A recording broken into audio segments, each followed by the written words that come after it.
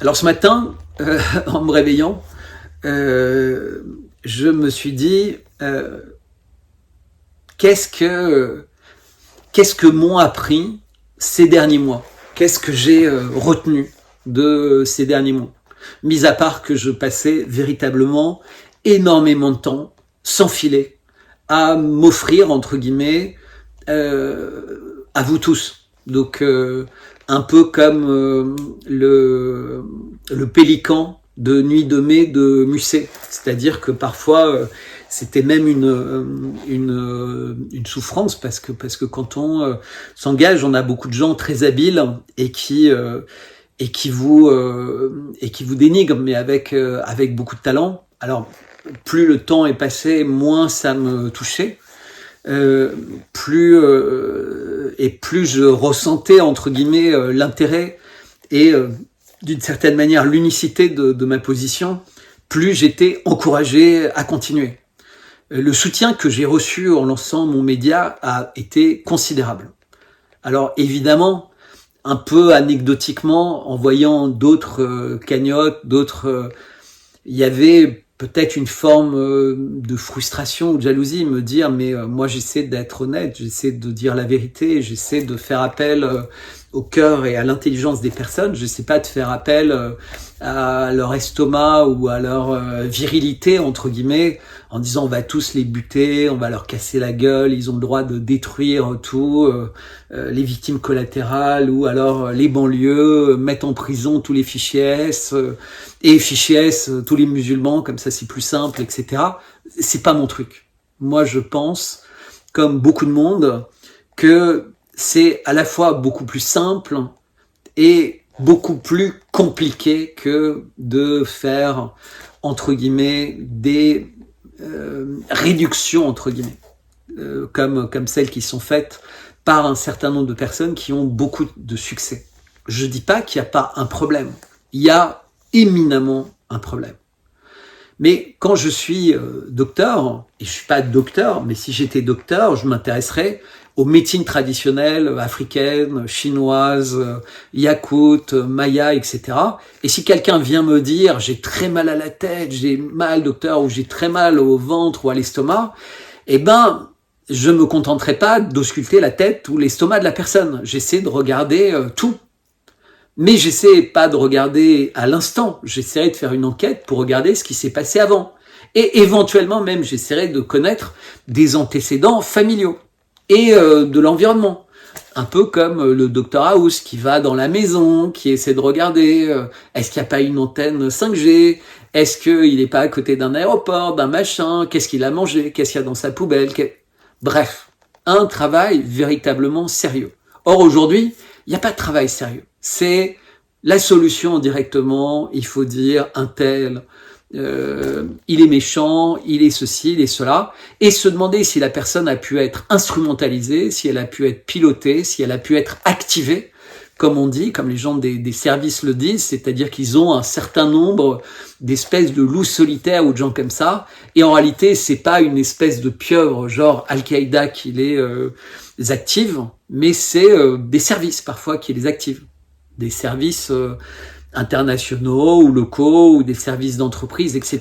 Tout ça arrive, vous le savez, vous le voyez au cinéma, et en général, ce que vous voyez au cinéma, ça se produit en pire ou de façon ressemblante dans la réalité.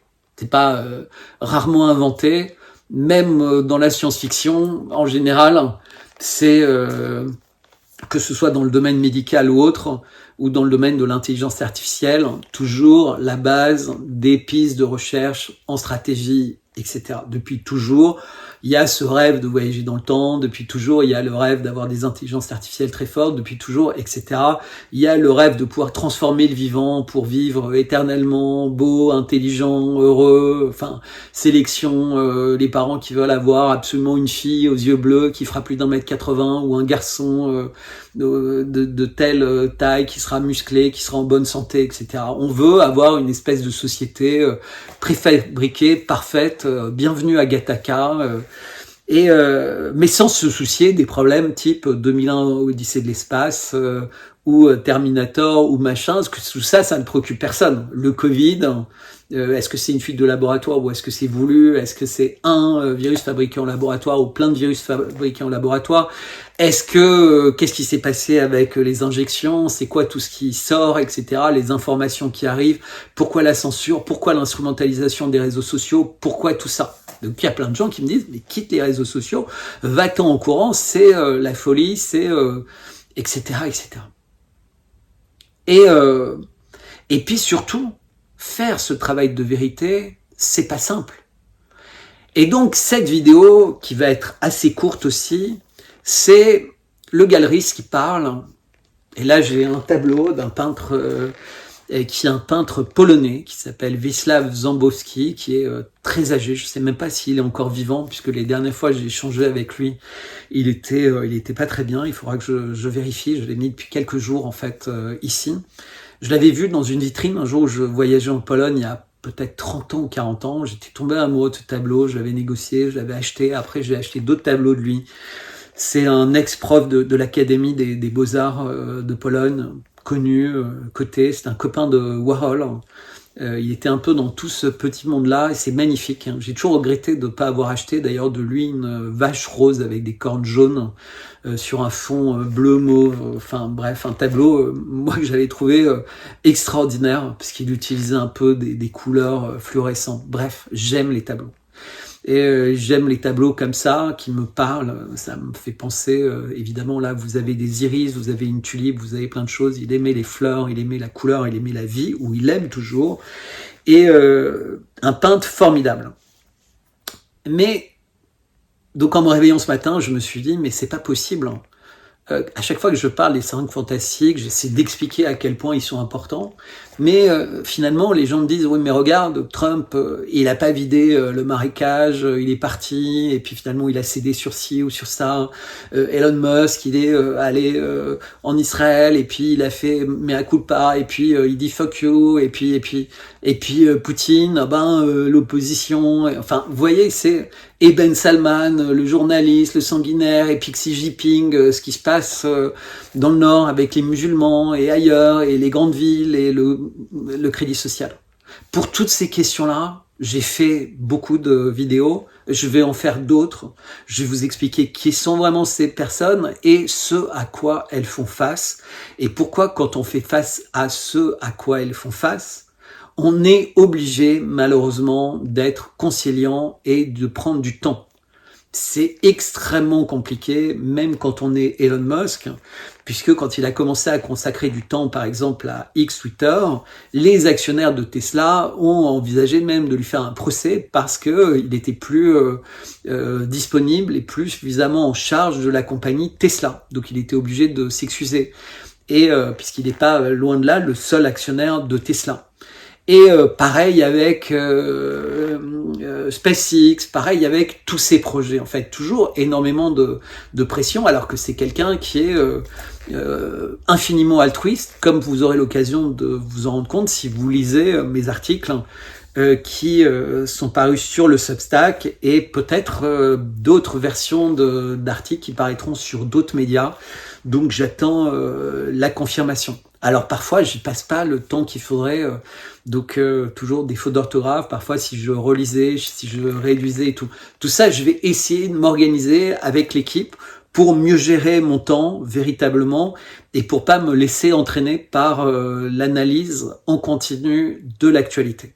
Même si j'ai pu apprendre d'un certain nombre de personnes qui suivent un peu ce qui se passe sur Twitter et qui m'en parlent, que mon compte manque à pas mal de personnes et qu'il y a, entre guillemets, une espèce de vide. Mais bon, la nature a horreur du vide, hein, donc les choses se rempliront vite. Mais je vais vous raconter une anecdote qui m'a marqué et je vous en raconterai plein d'autres et je vais essayer de vous la raconter comme une peinture. Donc j'avais toujours cette volonté de réunir les gens. Et il y avait pas mal de de dissension à l'intérieur de ce qui se dit médias résistants. Donc il y a un système avec des parrains, des gens qui sont importants, qui ont des gros comptes, qui ont une forme de notoriété, qui réussissent à avoir des médias, qui réussissent à en vivre en faisant 1 milliard de choses, et que ce soit des pièces de théâtre, des articles, des directs, des pas directs, des émissions pour des médias plus ou moins grands, avoir des salaires, 1000 choses. Des piges, des conférences, tout ce qui est possible et imaginable, mais pas pour survivre, pas pour vivre, mais pour devenir un espèce d'aristocrate du système. Et dans le système, il y a un espèce de super aristocrate. Et ce super aristocrate, qui s'en vante d'ailleurs, il s'appelle Eric Verhaeghe, il a une société dans le domaine de l'assurance qui vend des logiciels. Et il explique régulièrement qu'il vend des logiciels à pratiquement toutes les grandes compagnies d'assurance de la place.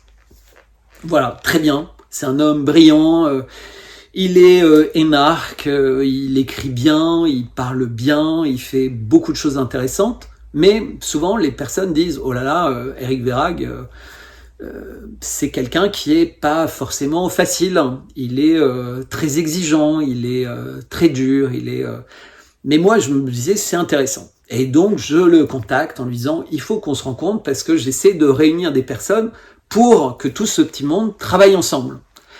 Et dans les personnes en question, il me dit, non, il y a des personnes, moi, je peux pas les voir, je pourrais jamais les voir. Et puis vous êtes qui? Vous êtes... bref. Mais il accepte et il vient dîner. Et je ne vais pas vous raconter le détail du dîner, considérant que ça relève de la sphère privée. Et ça reste là, parce que de toute façon, c'est manifestement pas son envie ni son intérêt de travailler avec d'autres. Ce que je comprends très bien, après avoir passé 2 ans, c'est compliqué. Donc il a cette espèce de sagesse de ne pas faire confiance à l'envie de collaboration et de travailler ensemble au point dans ces petits médias, entre guillemets, d'opposition. Et un soir, un dimanche, je me rappelle très très clairement, j'apprends qu'il est mis en garde à vue, et tout le monde dit sur tous les réseaux sociaux, il est mis en garde à vue, il a écrit un article, il a osé douter du genre de Brigitte Macron, et voilà, ça devait arriver, il avait prévu qu'il allait être attaqué, etc. Et dans le même temps, d'ailleurs, il publie un livre. Donc il se retrouvait vraiment au centre médiatique. Et moi, évidemment, qui suis pour la liberté d'expression, indépendamment du fait de l'apprécier ou pas, immédiatement, je fais un tweet en disant j'ai appris ça, j'ai pas beaucoup d'éléments en ma possession, mais je trouve que si jamais il est enfermé en garde à vue pour des raisons politiques, pour des raisons d'un article, c'est totalement effrayant.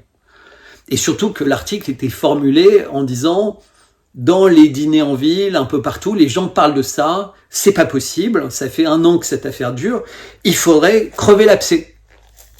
Et donc même dans la structuration de l'article, c'était intéressant, puisque c'est quelqu'un qui disait tout ça est en train de nuire, ça nous fait passer la France pour un pays ridicule. Dans les pays à l'étranger, ils commencent à en parler.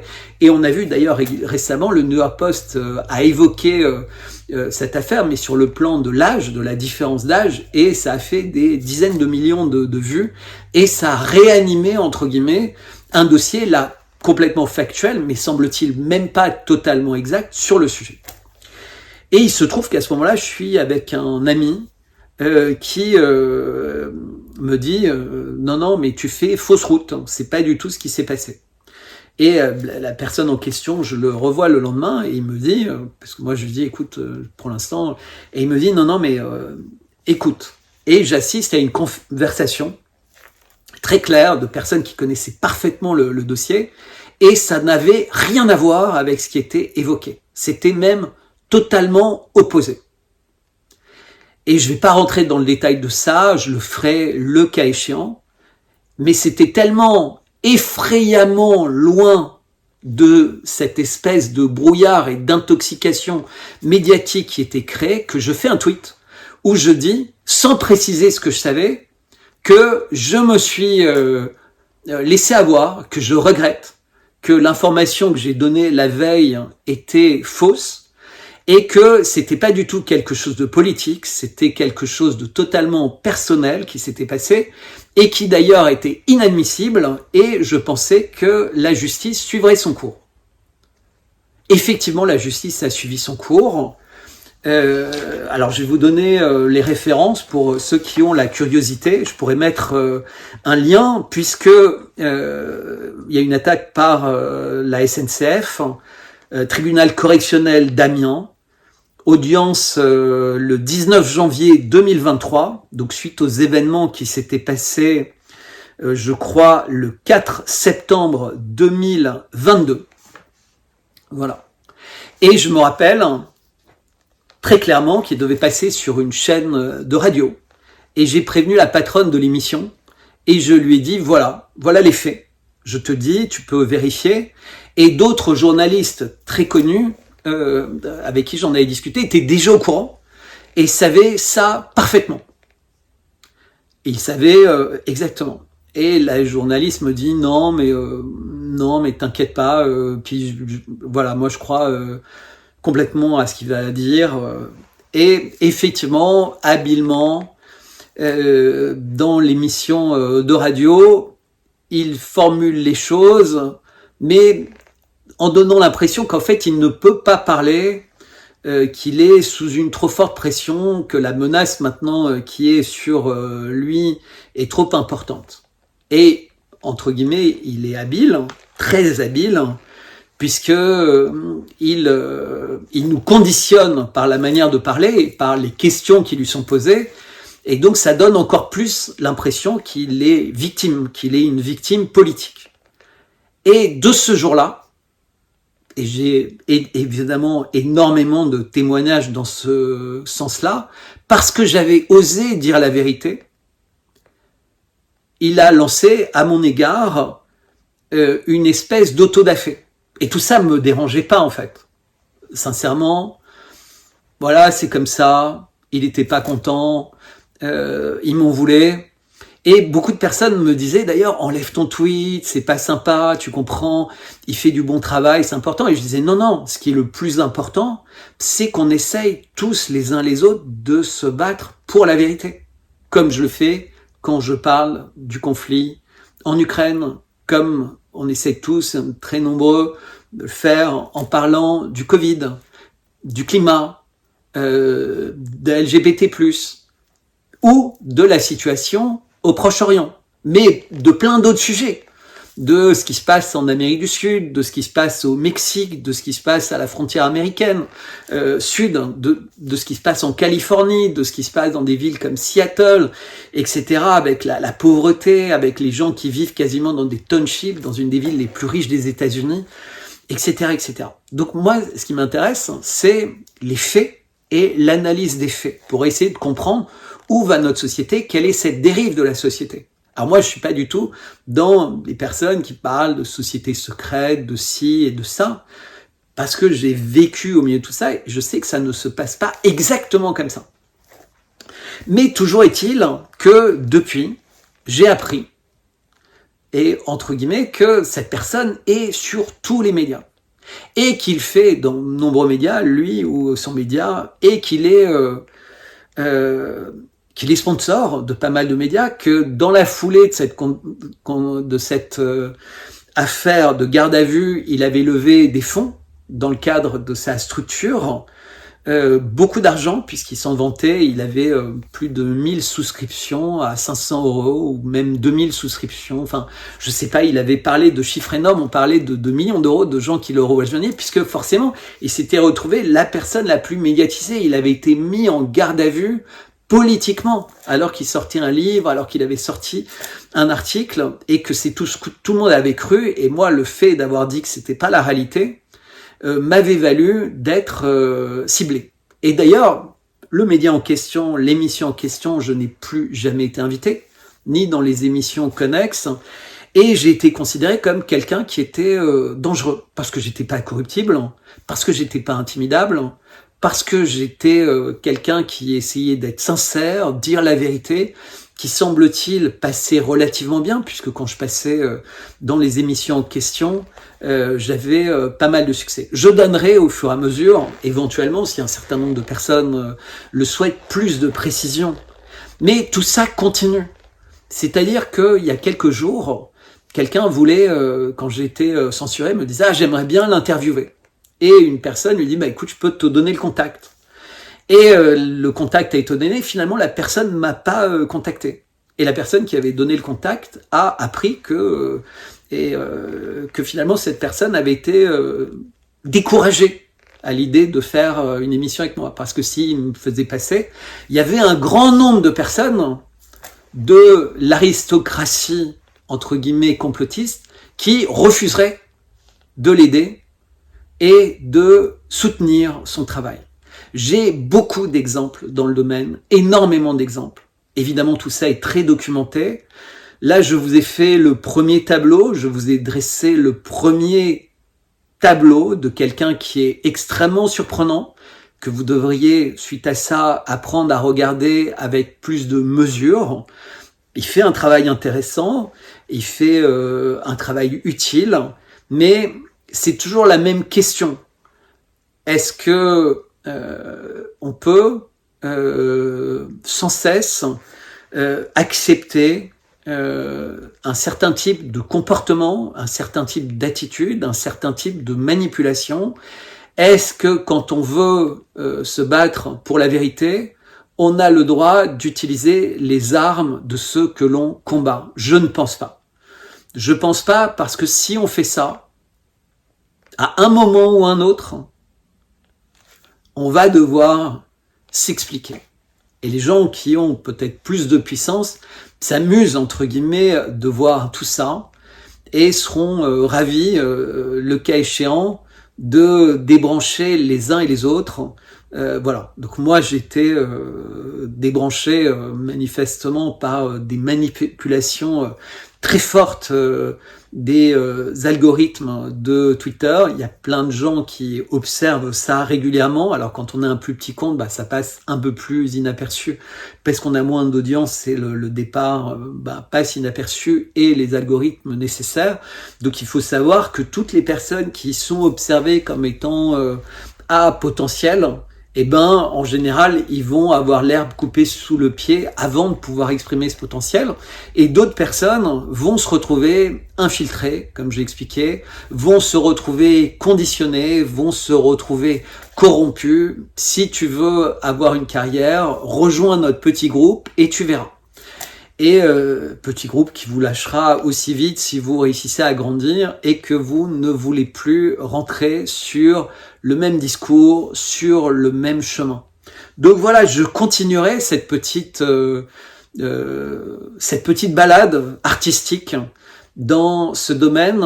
Je vous parlerai à chaque fois de sujets qui évidemment me tiennent à cœur et je vous souhaite de prendre beaucoup de plaisir à écouter, à partager cette vidéo, à me rejoindre si vous souhaitez sur Substack, évidemment à me rejoindre sur cette chaîne YouTube, à partager cette vidéo, à télécharger cette vidéo et de la mettre sur d'autres supports et à continuer cette aventure. Donc je vous redis, si vous voulez chercher, c'est le Courrier Picard, donc Éric Vérag, donc vous faites Vérag, vous faites Courrier Picard, vous ferez votre opinion, sachant que le journaliste ne sait qu'un tout petit pourcentage de ce que moi j'ai appris, de ce qu'on m'a dit, de ce que bien d'autres journalistes savent. Bon, bah, j'ai évidemment tous les SMS, toutes les preuves. Tout ça est réuni. D'autres personnes, avant de faire cette vidéo, je leur envoyais tous les éléments pour m'assurer qu'elles les auraient le cas échéant. Voilà. C'est pas par jeu, c'est pas du tout par revanche ou vengeance, parce que sinon je l'aurais fait il y a très longtemps, puisque ça fait longtemps que j'ai noté ça. C'est parce que, en fait, cette épreuve me montre que si on veut assainir réellement, il faut tout assainir. Il faut pas dire on a des problèmes avec le gouvernement, on a des problèmes avec un tel, on a des problèmes. Non, il faut tout assainir.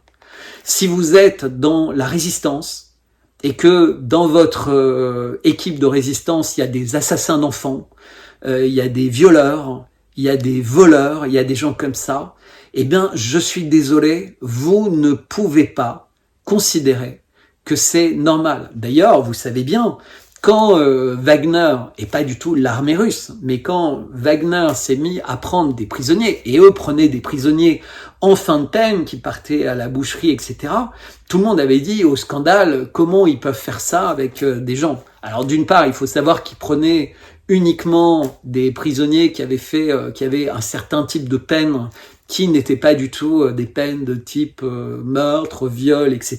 Donc c'était des gens qui avaient des peines beaucoup plus acceptables, entre guillemets, socialement acceptables du point de vue russe, mais c'est quelque chose qui gênait tout le monde.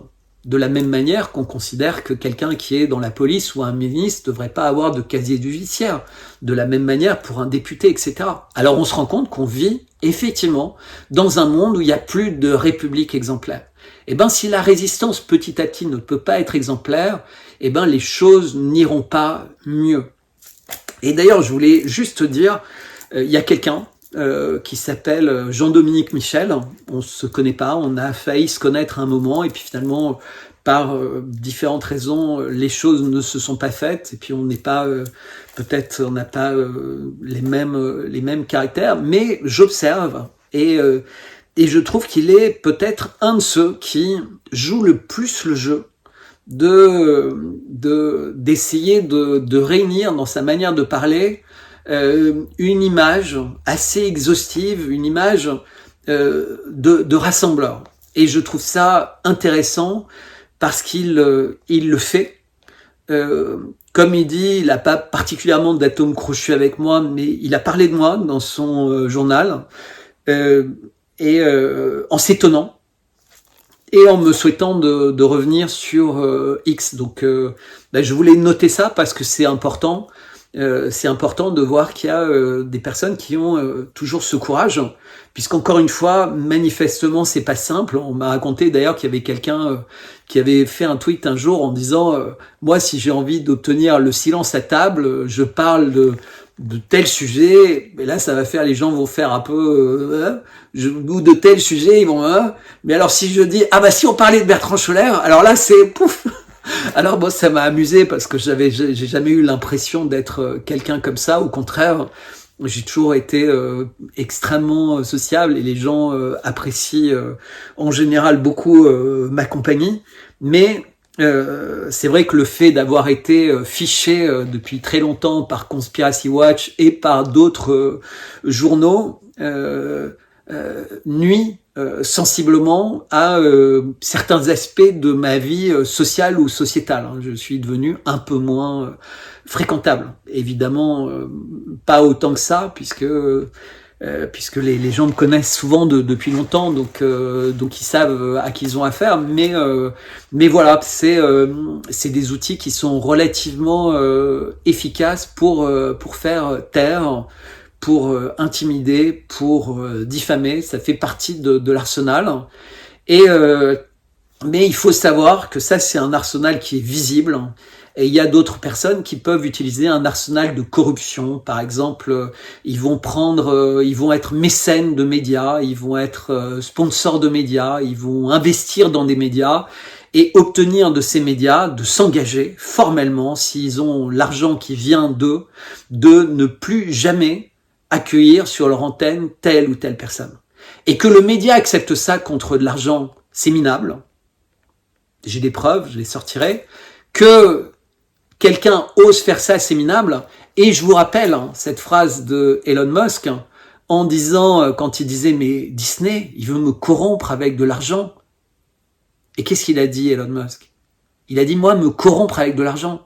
Je peux vous dire que les médias qui acceptent ça, qui acceptent des listes de personnes qui vont être blacklistées sous prétexte qu'ils ne plaisent pas, qui acceptent en contrepartie, en plus, de l'argent en prix de leur silence, etc., sont des merdes.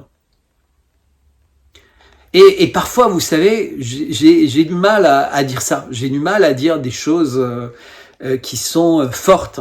Mais je me dis, mais pourquoi ? Et pourquoi est-ce que j'ai cette éducation, entre guillemets, qui fait que j'aime pas les disputes, j'aime pas toutes ces choses-là? Qu'est-ce qui justifie? Parce qu'en réalité, on a le droit de s'exprimer, on a le droit d'être fâché. Et j'ai vu, il y a pas longtemps, j'avais revu, alors on va dire, mais quel exemple, mais Jésus de Nazareth, un film que j'avais vu quand j'étais très jeune. Je crois que c'est assez long, il y a plusieurs épisodes, c'est un film magnifique, musique sublime, etc. Et j'ai revu cette scène où Jésus arrive devant les marchands du temple et il se met à prendre un bâton et il casse tout. Il fait tomber l'argent, les gens se servent, les animaux partent. Et il hurle en disant, mais vous êtes devenus des putains. Vous êtes devenus des putains. Oui, vous êtes devenus des putains. Et j'ai rien contre les putains. Mais en revanche, les gens qui font ça comme ça pour de l'argent, eh ben, c'est inadmissible, c'est minable et c'est misérable. Et à un moment ou un autre, de toute façon, vous aurez vous-même le fait de vous dire, mais comment est-ce que j'ai pu faire ça? Comment est-ce que j'ai pu être corrompu de la sorte? Comment est-ce que j'ai pu vendre des produits financiers de merde de cette manière-là?